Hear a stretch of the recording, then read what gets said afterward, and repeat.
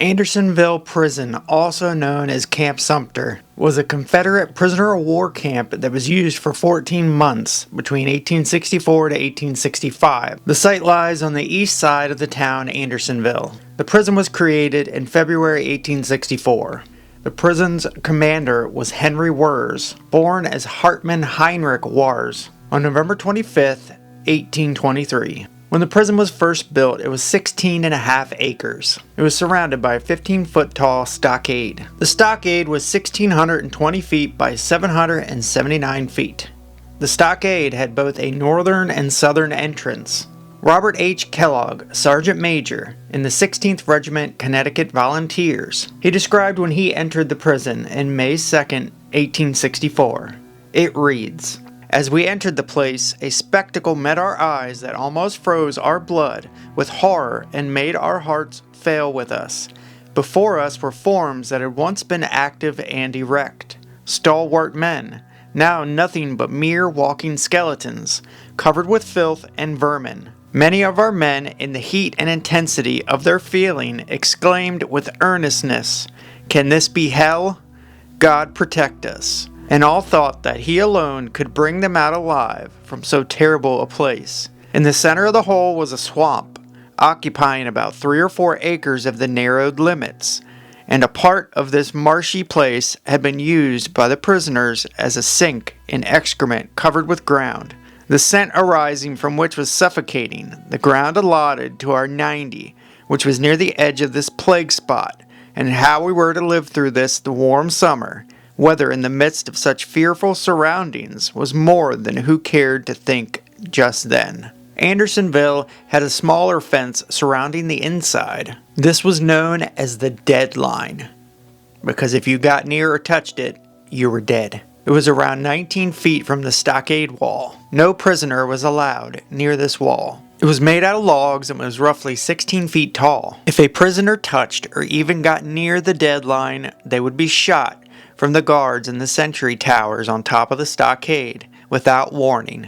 In 1864, 3 years after the Civil War started, the Confederate Army and Confederate civilians were suffering greatly from food shortages, and this affected the prisoners way worse. The food shortages were suffered by prisoners and prison guards, but the prisoners received much less than the prison guards. The prisoners became severely emaciated due to lack of vitamin C. They did not get fresh fruits or vegetables. They suffered from scurvy because of this. The prison guards did not suffer like the prisoners did. They were hungry, but they weren't completely starving to death like they were. The prisoners' living conditions were atrocious. Extreme filth with poor sanitation. They suffered from dysentery and typhoid fever. The prisoners lived and slept in tents and in the open air. The source of fresh drinking water for the prisoners was a stream that ran through the center of the stockade, and it ran the length of the prison. This also served as a latrine for the men. If the men weren't already sick after drinking the tainted water, they became severely ill. Henry Wers came up with an idea to clear the filth from the stream. He planned to build 2 dams across the stream running through the camp and open them to flush out the bottom of the stream daily, but this was never completed. Charles Chesterman of the 13th U.S. Infantry wrote this about the stream. "All the filth from the prison ran into the creek, and we had to strain the water through our teeth to keep the maggots out." The prisoners did not receive new clothes. They wore what they had. If they arrived dressed in their summer clothes, they were freezing during the winter. There are many stories of clothing being stolen off of the dead or nearly dead. Prisoner John McElroy described this scene. "Before one was fairly cold, his clothes would be appropriated and divided, and I have seen many sharp fights between contesting claimants." The prison was surrounded by woods, but the prisoners were allowed very little wood for cooking and for warmth. The firewood detail quickly disbanded after prisoners seized the opportunity to escape. John Ransom wrote in his diary on May 8, 1864, "We get a quarter of a loaf of bread weighing about 6 ounces and 4 or 5 ounces of pork." The summer of 1864 was extremely difficult because of the excessive heat, hunger, and disease.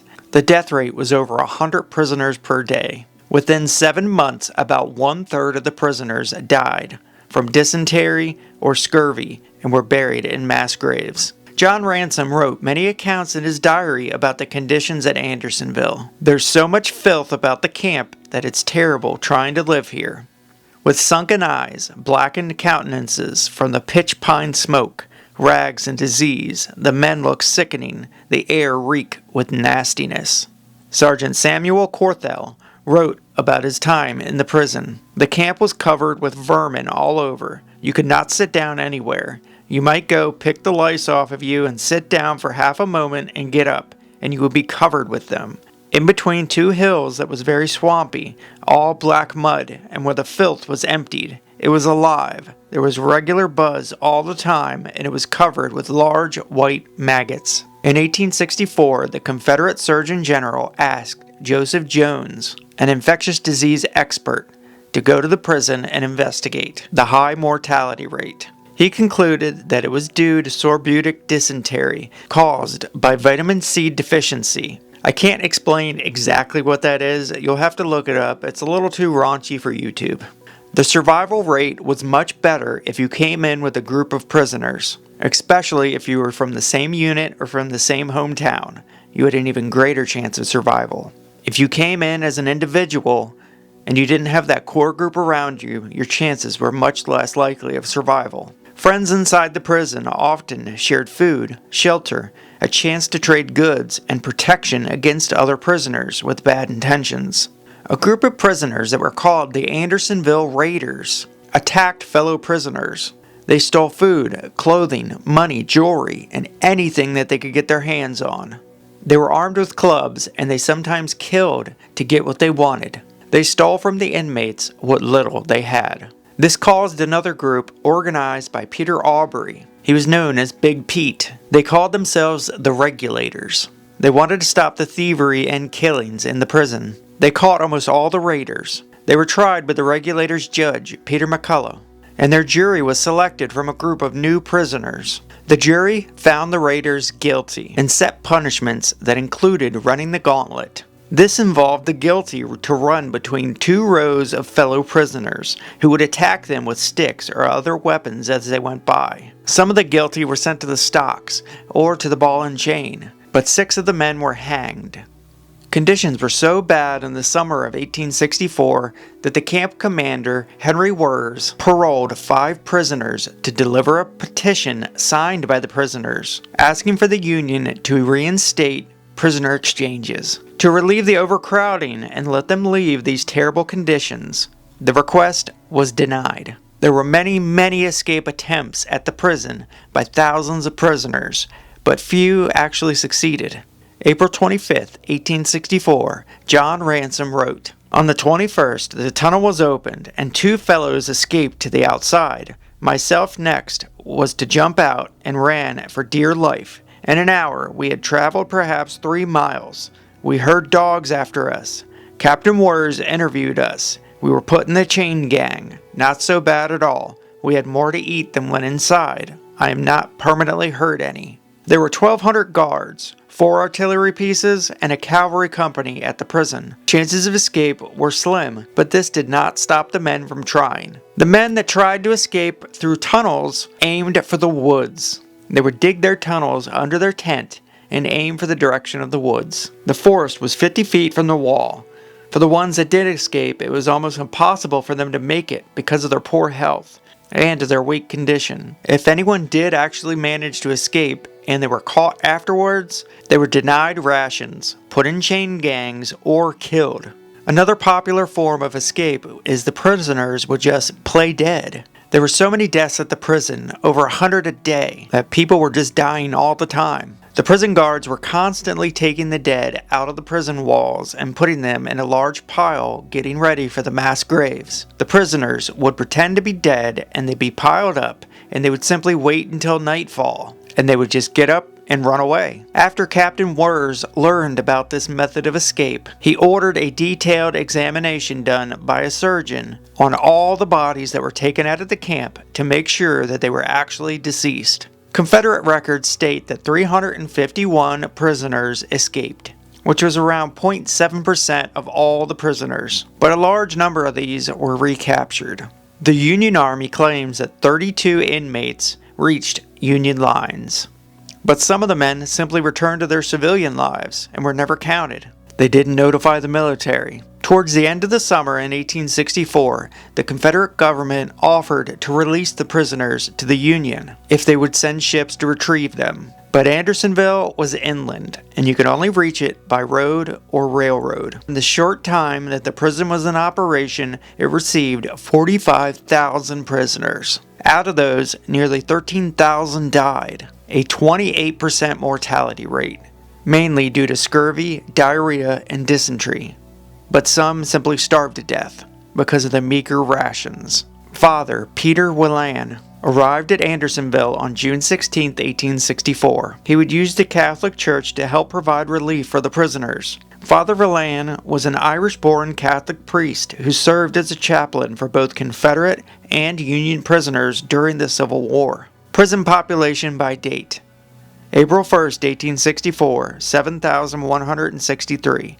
May 5th, 12,002. June 13th, 20,654. June 19th, 23,944.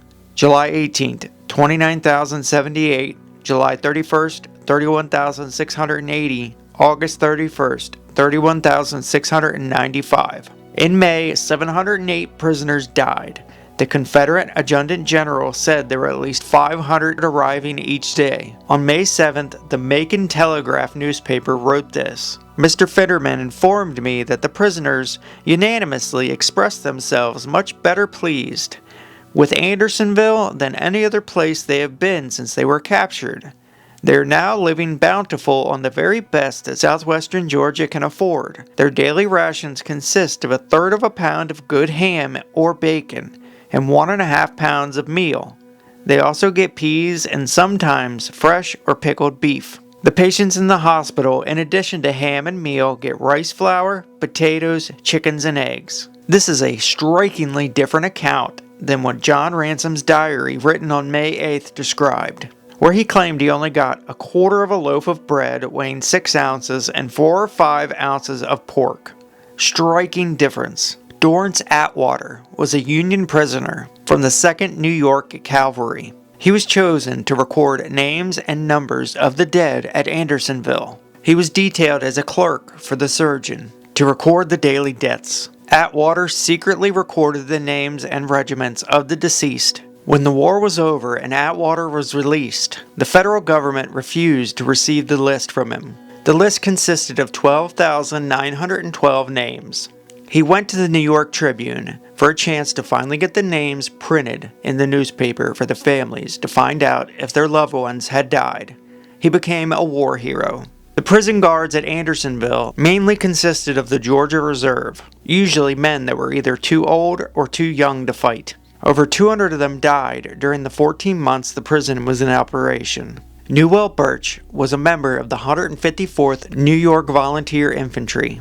He was captured on the first day of the Battle of Gettysburg. He was first imprisoned at Belle Isle in Richmond, Virginia, but then he was sent to Andersonville. He was cited as being the longest held Union prisoner during the Civil War. He survived 661 days in Confederate prisons. The prison was planned for a capacity of 10,000 prisoners, but the number eventually exceeded 3 times that number. The more prisoners that were put inside, it became harder and harder for a single prisoner to survive. Some found it difficult to even find a space to lay down in. There were swarms of insects from the filth-contaminated creek. Men were beaten and robbed, and disease was rampant.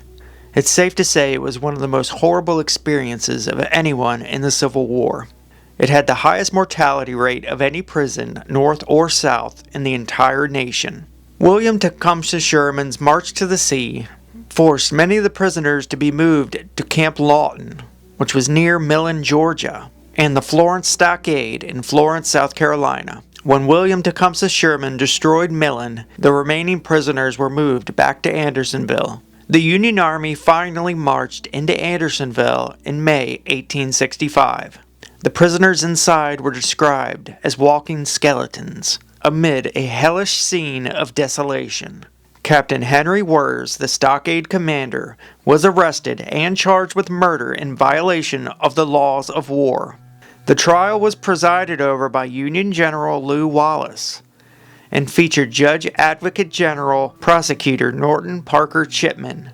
Many former inmates testified about the horrible conditions at Andersonville in his trial, and a number of them accused Wirz specifically as committing acts of cruelty. The court considered official correspondences from captured Confederate records. The most damaging was a letter to the Confederate Surgeon General by Joseph Jones, who in 1864 was sent by Richmond to investigate the conditions at Andersonville. Jones was horrified about what he found. Jones' letter reads, "Sir, I have the honor to give the following brief outline of my labors conducted in accordance with the orders of the Surgeon General.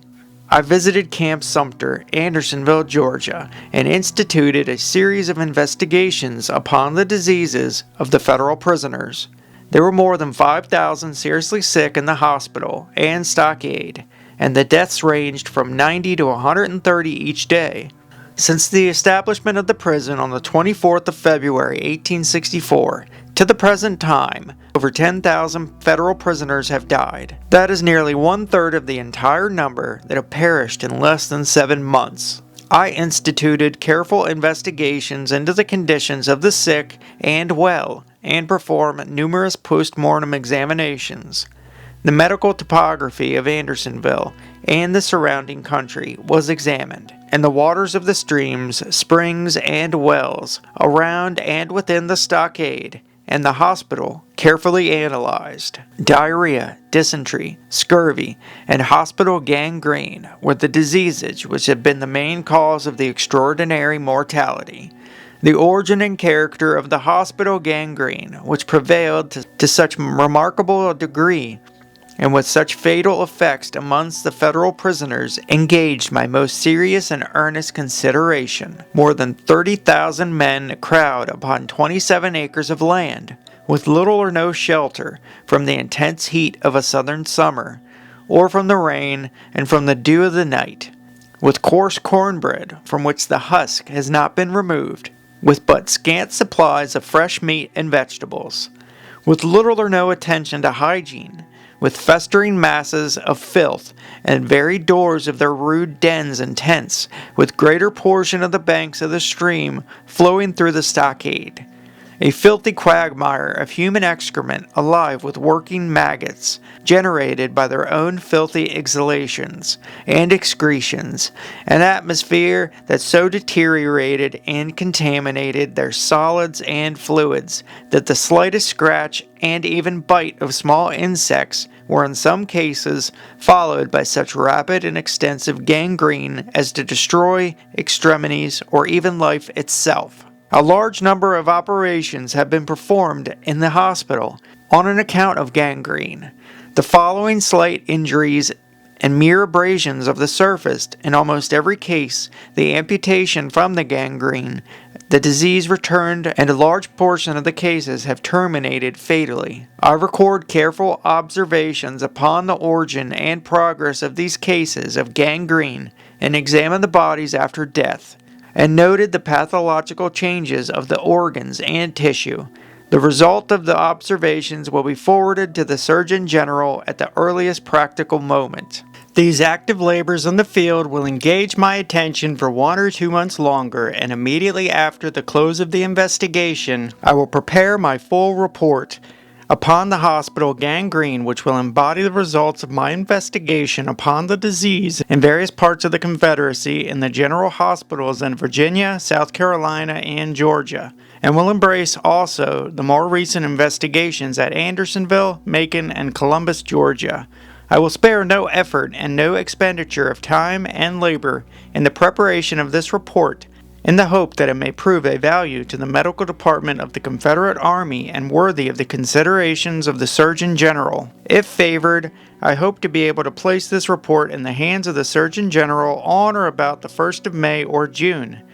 This detailed report to his supervisors all but closed the case for the prosecution against Wirz. Wirz presented the evidence that he had pleaded to Confederate authorities to try and get more food, and he tried to improve the conditions at Andersonville. He was found guilty and sentenced to death. On November 10, 1865, he was hanged. Captain Wirz was one of 3 men executed after the Civil War for war crimes. He was the only Confederate official. The others were guerrillas, Champ Ferguson and Henry McGrawder. James Duncan, who was the quartermaster at Andersonville, was convicted of manslaughter for allegedly withholding food from some of the prisoners. He had been called as a defense witness for Wirz, but was arrested when he arrived and gave evidence. There were many pictures taken of the prisoners at Richmond and Andersonville in such a horrible state. Skin and bones, they looked like Holocaust survivors. Many of them I cannot show you here, but one I can is of Jackson Brashears from the 65th Indiana Infantry. He was photographed in May 1864, nearly 8 weeks after his release from prison in Richmond. 8 weeks after his release, and he is skin and bones still. It just shows such a horrible state these men were in. This is a lithograph made from the photographs. It was printed on the front page of Harper's Weekly, June 18, 1864. It was accompanied by an article on the treatment of prisoners in Richmond. One of the worst photos, I cannot show you the whole thing, but I can show you his face. It depicts Philip Haddle of the 51st Pennsylvania Infantry. The photo was taken in 1865. He reported to the Federal Hospital in Annapolis in early June 1865, and he died June 26, 1865. It just goes to show how horrible of a state these people are in. This guy survived, hanging on by a thread. He's skin and bones, but it was too much. He couldn't come back from it. He just could not recover from the state he was in. Horrible. In 1890, the Grand Army of the Republic, Department of Georgia, bought the site of the Andersonville Prison. The site was donated to the federal government by the Women's Relief Corps. Today, Andersonville National Historic Site is run by the National Park Service. 2024 marks the 160th anniversary of Andersonville. A horrible bit of history, but history nonetheless. And we have to remember our history. I really hope you enjoyed this one as much as you could. I know it was a terrible topic, but needed to be done. I love making these videos. I learn a ton about it, and I definitely learned a ton today, and I hope you did too. We'll see you on the next. Peace.